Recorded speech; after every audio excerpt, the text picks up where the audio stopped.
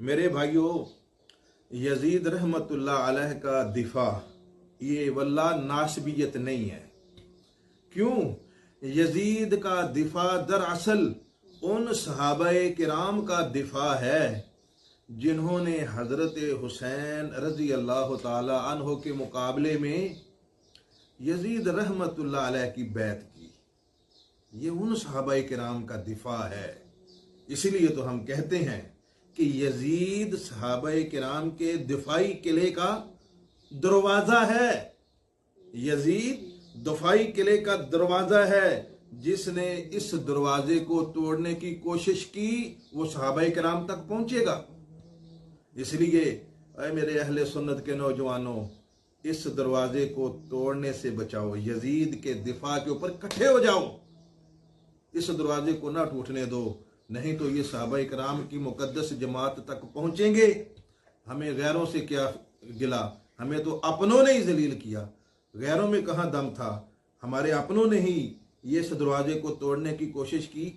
کسی نے کہا چودھری ابو سفیان، اور آج کل کسی نے کہہ دیا صحابہ کرام کی جماعت میں بھی شرک تھا، وہ ذات نوات کے حوالے سے۔ او واہ یزید تیری کرامت کہ جس نے تیرے اوپر تان کرنا چاہا، آج دنیا ان کے اوپر تان کر رہی ہے۔ الہی کے نمائندے سے حکومت کا نمائندہ بیعت مانگ رہا تھا، تاریخ آگے چلی، اب تاریخ کا مورخ ہو گیا گونگا، اس نے تاریخ کا گلا گھونٹ دیا، نسلیں کر دی میرے مذہب کی گونگی۔ اس نے کہا امام حسین نے انکار کیا، 72 ساتھیوں نے اس انکار میں حسین کا ساتھ دیا۔ ایسا ہی ہے کربلا میں 72 ساتھیوں نے، میں تاریخ کا جگر نکال کے تمہارے ہاتھوں پہ رکھنے لگا، 72 ساتھیوں نے حسین کا ساتھ دیا۔ دکھ مجھے یہ اندر سے کھا گیا، تم نے انکار کرنے والے 72 دکھائے، جن لاکھوں نے یزید کی بیعت کی وہ کون تھے؟ نا نا نا،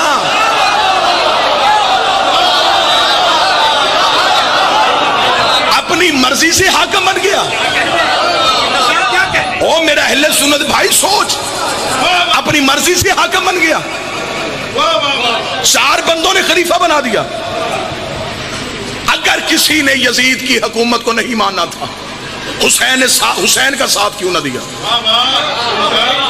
یہ تو نہیں ہوا کہ 26 رجب کو حسین انکار کر کے 28 کو جنگ کر رہے تھے، 26 کو انکار، 10 محرم کو شہادت، 6 مہینے امت کہاں تھی؟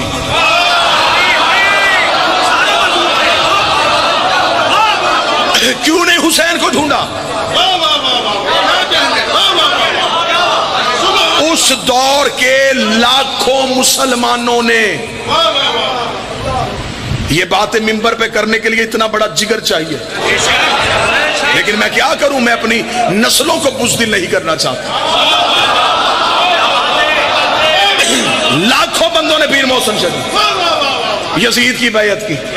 پیر ذکی شاہ جی وہ بندے کون تھے؟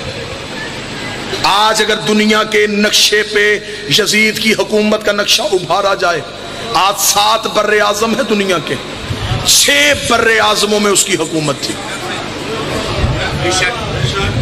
بیٹھتا شام میں تھا، سلطنت بر صغیر کے ملتان تک تھی، یمن، مصر، شام، سعودیہ، امریکہ کی آج کی ریاستیں، ترکی، یہ سارا گلف کا ایریا، یہ سارا یزید کی مملکت میں تھا۔ اتنے دنیا کے تیسرے حصے کا مالک بن بیٹھا، کس بنیاد پہ؟ آخر بیعت ہوئی تو بنا، وہ 72 تو علیہ السلام ہو گئے، لاکھ کدھر گئے؟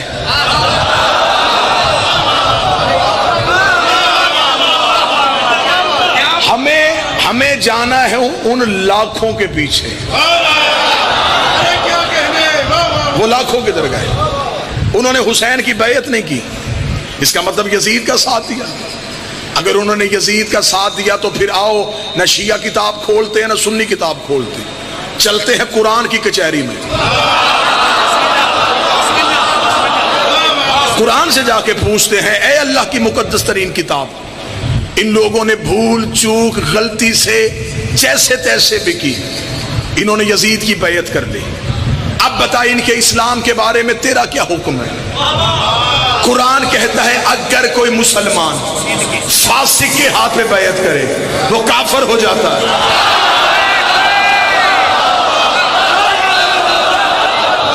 یہ میرا فتویٰ تو ہے ہی نہیں کہ میں واپس لے لوں، حکم اللہ کیا ہے؟ کھولو سورہ مومنون۔ اگر مسلمان فاسق کے ہاتھ پہ بیعت کرے وہ کافر ہو۔ یزید سے بڑا فاسق کوئی تھا نہیں۔ اس دور کے مسلمانوں نے کر لی یزید کے ہاتھ پہ بیعت، اسلام کے اعتبار سے ہو گئے کافر۔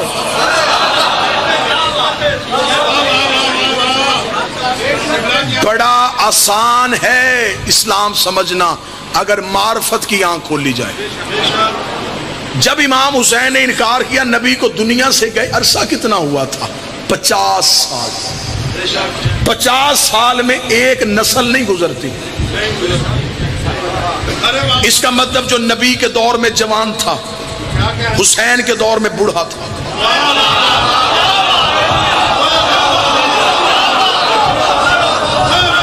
جو نبی کے دور میں بچہ تھا حسین کے دور میں جوان تھا۔ جس نے بچپن میں نبی کے کاندھوں پہ حسین دیکھا تھا اس نے یزید کی بیعت کی کیوں؟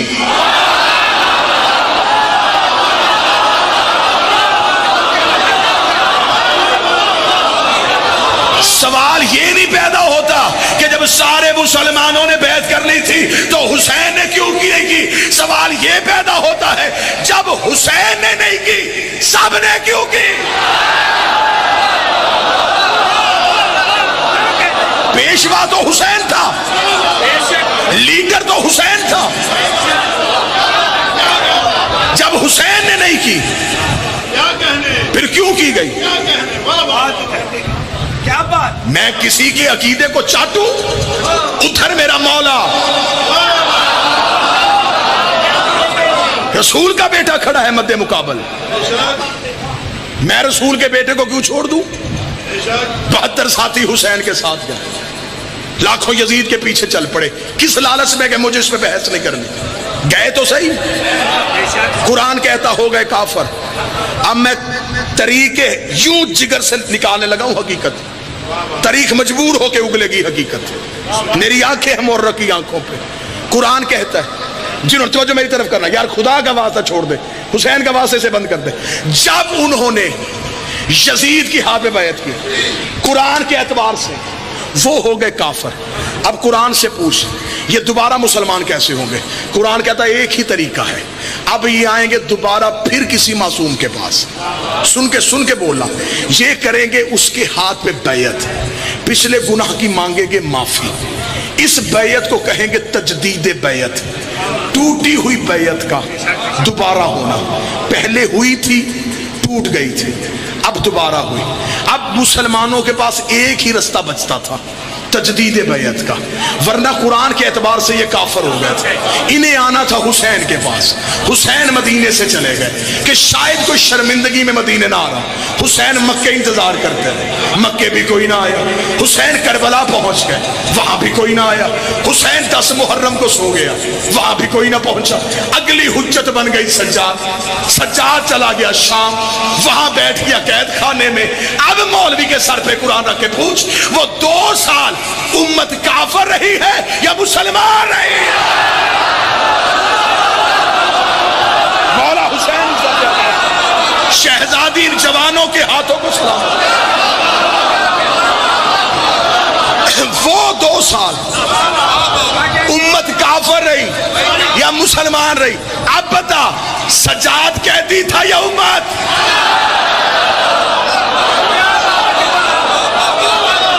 سجاد قید نہیں تھا، امت قید تھی، یہ تھی پہلی میرے سجاد کی جنگ یزید نے شام میں بیٹھ کے مدینے حسین سے بیعت مانگ لی.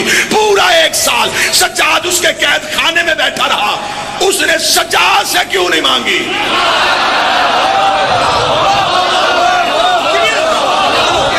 فیصلہ تو یہی ہو گیا. کہہ دیتا تیرے باپ نے بیعت نہیں کی، میں نے قتل کر دیا. تو بھی تو امام ہے، اب تیرے ہاتھوں میں ہتھکڑیاں، تو کر. اب مجھ پہ سوال کرو کہ یزید نے کیوں سجاد سے بیعت نہیں مانگی؟ اسے کربلا کے بعد اپنی اوقات کا پتہ چل گیا تھا.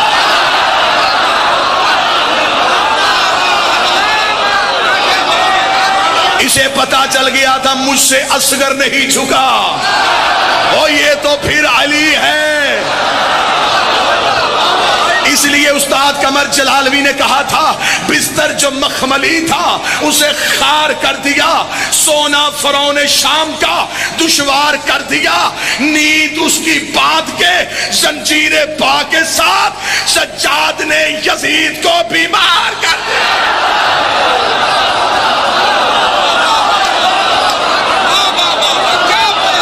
سجاد نے یزید خالد حسین پاک بھی عزت ہے بابا.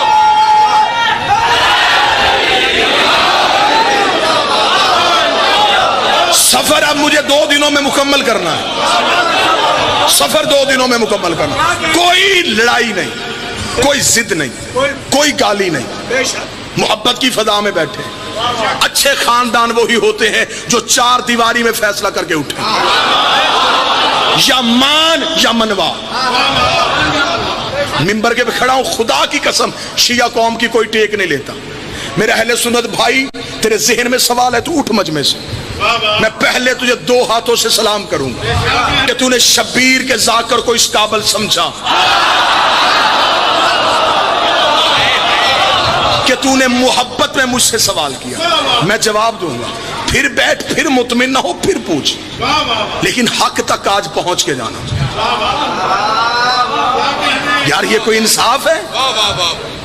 7 محرم کو کالے کپڑے پہن کے، 8 کو دیگے بانٹ کے، 10 کو سبیلے لگا کے تو کہہ دے کہ میں حسین والا. حسین تیری دیگوں کا محتاج نہیں،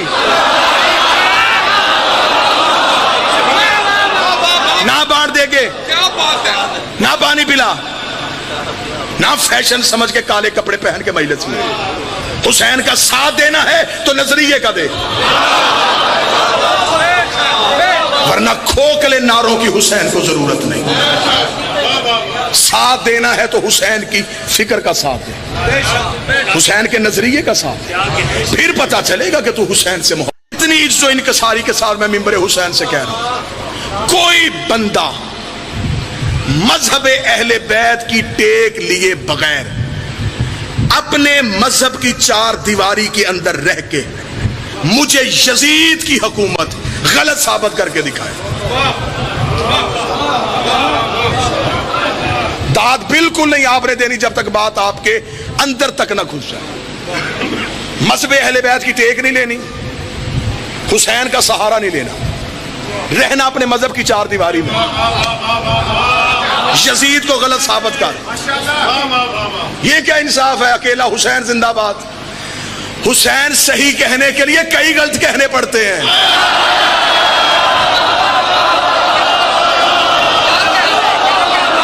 بس یا حسین، صرف یا حسین. کیوں؟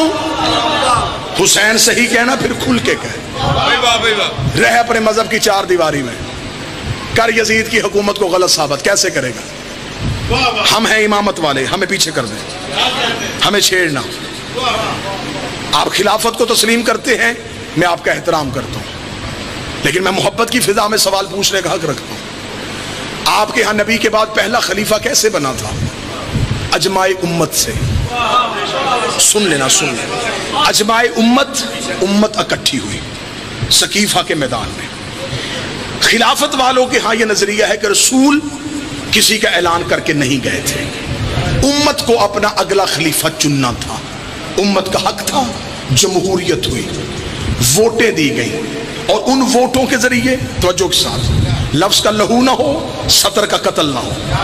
ان لوگوں نے ووٹوں کے ساتھ امت نے اکٹھی ہو گئی، نبی کا خلیفہ چن لیا، مان گئے، ٹھیک ہے ہم آپ کی عزت کرتے ہیں، یہ آپ کا نظریہ ہے، آپ کو مبارک۔ آپ نے پہلا خلیفہ بنایا ووٹوں سے، جب دوسری خلافت آئی پھر ووٹیں کیوں نہیں تھیں؟ پھر آپ نے طریقہ بدل دیا، پھر پہلے نے دوسرے کو نامزد کیا۔ اگر ووٹوں والا خلیفہ ٹھیک تھا تو پھر نامزد کیوں کیا گیا؟